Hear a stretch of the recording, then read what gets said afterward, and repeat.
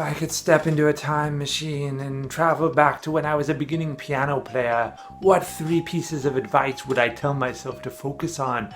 That's what we're gonna learn today.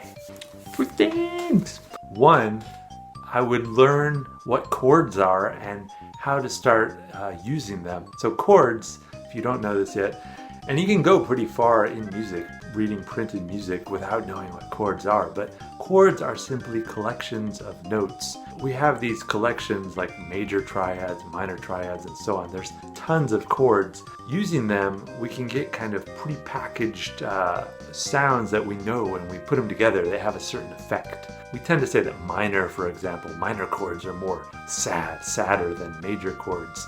That doesn't have to be true, but generally that is true.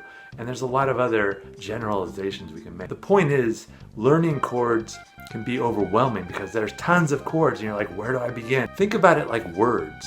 When you learn words, you don't just take the dictionary and memorize the whole thing. No, you use the words that are most important first. With chords, you're gonna learn your major triads, your minor triads, maybe your augmented and your diminished, and your 7th chords, and start expanding into other things. But you want to learn your major triads first. So those 12 major triads will allow you to build all the other ones. So get those down and then start building your other chords.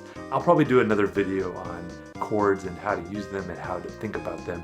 So maybe subscribe. Second thing that intermediate piano players don't do is look at their hands and the keyboard. They want to do that as little as possible.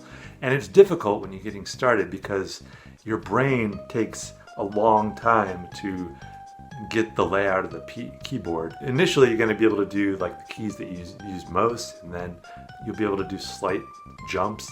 And it's going to take a while though before you can do these big jumps. But if you stick with it, your ability to visualize the keyboard is going to improve. It just takes time, and working regularly with the keyboard in music is going to make that possible, but don't expect it to happen overnight. But do start getting in the habit of not looking at your hand, avoiding it unless you absolutely need to. Visualize, close your eyes and play, and start to see the layout in your head. The third thing that I would advise myself, and that a lot of people neglect, is to start working with time.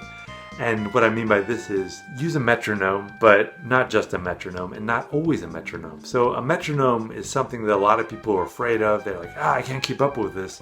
The trick is, when you're playing a piece, let's say it's allegro or even super fast piece, presto, you don't have to play it at that speed. In fact, you should not play it at that speed. Speed is the last thing. First, focus on accuracy and smoothness. When I'm learning a piece, I don't use a metronome at all, but when I start to feel a little comfortable with it, then I will start incorporating the metronome very slowly. And then slowly you can add metronome speed, but don't always use a metronome. You need to also learn to keep the tempo without a metronome. And don't feel like you have to use the actual speed of the piece. Along with working with a metronome, you can also use backing tracks, play with other musicians.